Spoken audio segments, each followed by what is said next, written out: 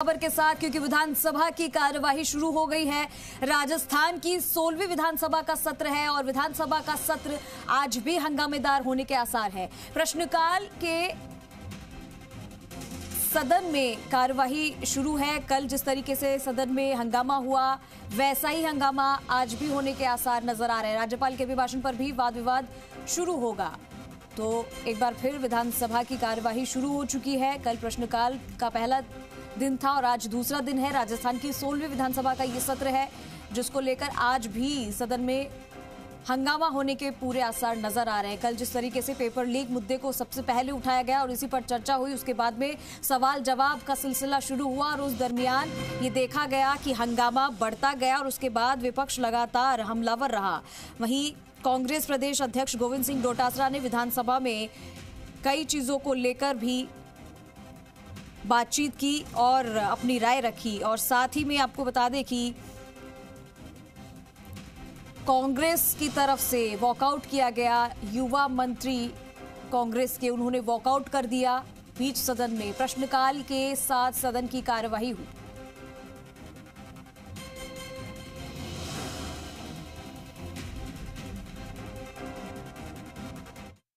विपक्ष कहीं हावी नहीं हुआ था।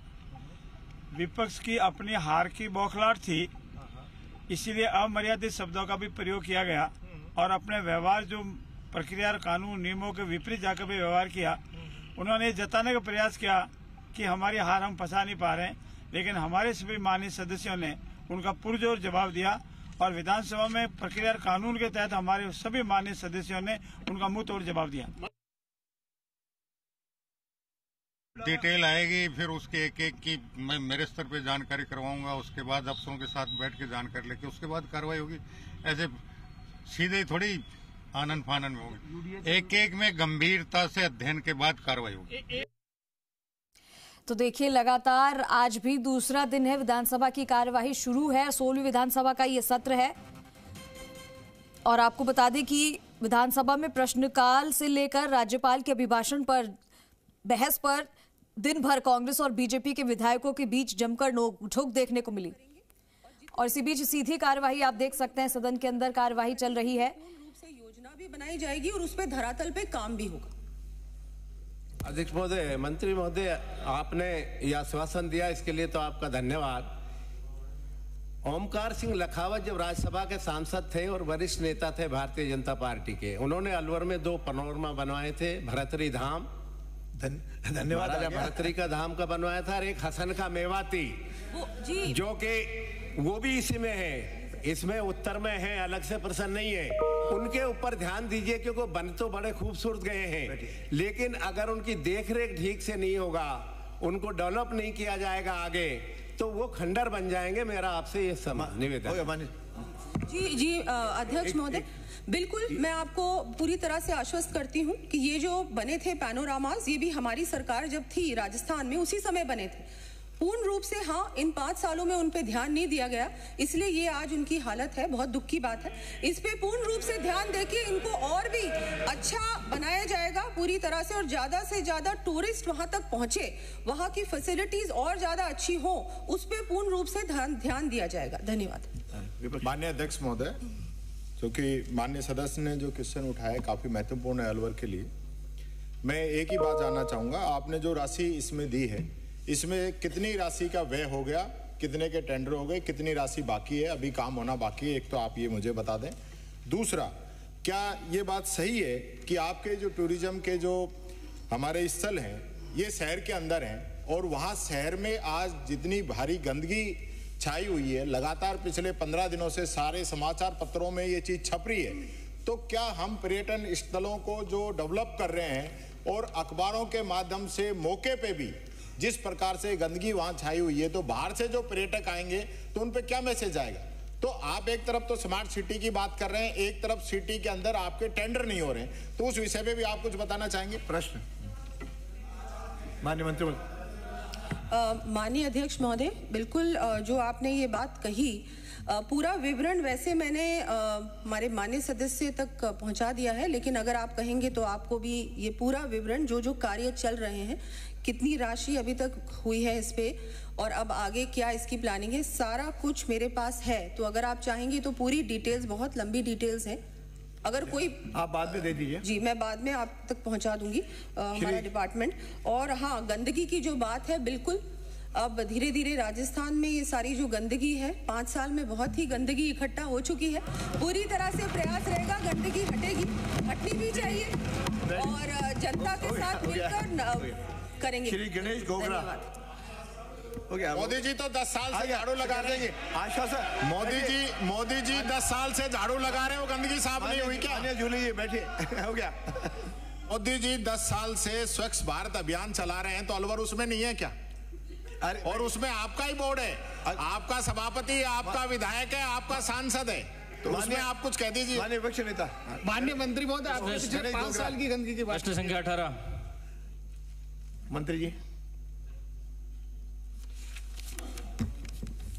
माननीय अध्यक्ष महोदय, खंड 1, राजस्थान राज्य पथ परिवहन निगम द्वारा डूंगरपुर जिले में 145 बसें संचालित है। खंड 2, निगम द्वारा बस क्रय करने एवं निगम के अधीन बसें अनुबंध पर संचालित करने हेतु टेंडर की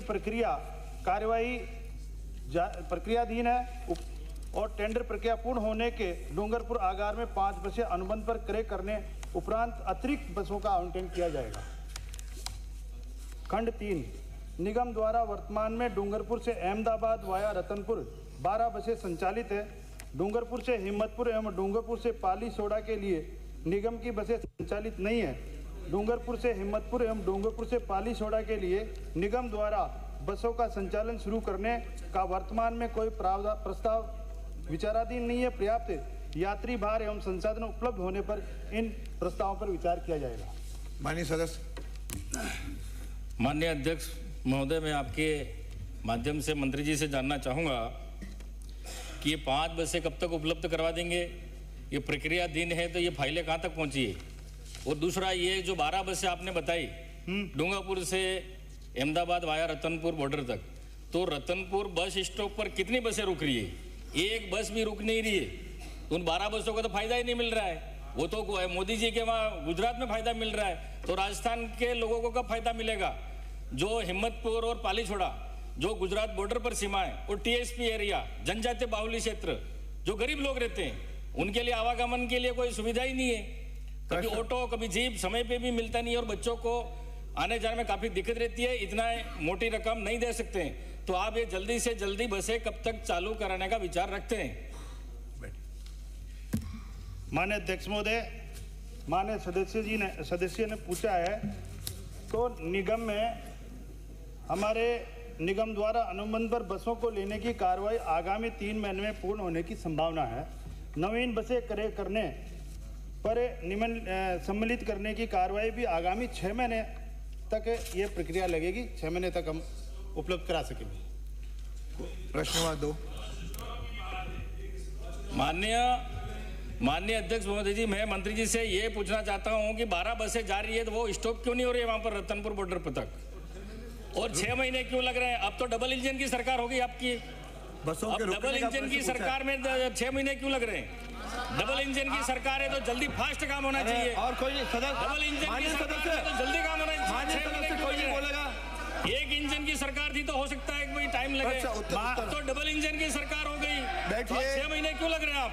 बैठिए, हो गया प्रश्न। कोई उत्तर आपको तो माननीय, आपने 5 साल में एक भी बस चालू नहीं करी है और 12 बसें जो रतनपुर बता रहे हो आपकी रुक रही है, वो बसें वहाँ मेरे पास रिकॉर्ड है। श्री रामकेश, हो गया आपके दोनों हो गए। श्री रामकेश, अगला प्रश्न संख्या 19। आप बैठिए, आपको बोलने की अनुमति नहीं है, आपको अनुमति नहीं है, कोई नहीं पूछेगा। हाँ, श्री रामकेश। खंड 1 ऐसे ही आएगा। जिला सवाई माधोपुर एवं करौली। ये आपको, मेरे को ध्यान है कौन सा तरीका है। पेयजल। आप बैठिए, चुप रहिए, आप बोलिए। राम। जिला सवाई माधोपुर एवं करौली की पेयजल समस्या के दीर्घकालीन समाधान हेतु सतही जल स्रोत चंबल नदी आधारित चंबल सवाई माधोपुर नादोती पेयजल परियोजना के प्रथम चरण की प्रशासनिक एवं वित्तीय स्वीकृति निर्धारण समिति की 157वीं बैठक दिनांक 22/9/2004 के द्वारा राशि 478.91 करोड़ की जारी की गई थी उक्त स्वीकृत परियोजना के प्रथम पैकेज के अंतर्गत मुख्य ट्रांसमिशन मेन पाइपलाइन एवं अन्य आधारभूत संरचनाओं के क्रियान्वयन हेतु कार्यादेश मैसर्स SPML नई दिल्ली को दिनांक 23/9/2005 को राशि रुपये 269.29 करोड़ का जारी किया गया था। कार्य आदेश अनुसार कार्य को पूर्ण करने की निर्धारित दिनांक 2/10/2008 थी, परंतु मंडरायल स्थित चंबल नदी में इंटेक वेल निर्माण एवं नदी में पाइपलाइन बिछाने हेतु आवश्यक प्रारंभिक स्वीकृति देरी से दिनांक 12/4/2010 को जारी होने एवं कार्यकारी फर्म द्वारा धीमी गति से कार्य किए जाने के कारण वर्तमान तक इस पैकेज का लगभग 74% कार्य ही पूर्ण हुआ है। शेष कार्य शीघ्र पूर्ण कराने का प्रयास किया जाएगा। उक्त परियोजना की संशोधित प्रशासनिक और वित्तीय स्वीकृति नीति निर्धारण समिति की 191वीं बैठक दिनांक 19/9/2013 द्वारा राशि रुपये 567 करोड़ की जारी की गई। उक्त स्वीकृति के अंतर्गत मुख्य ट्रांसमिशन लाइन के पूर्व में आदेशित कार्यों के अतिरिक्त शेष कार्यों यथा शहर गंगापुर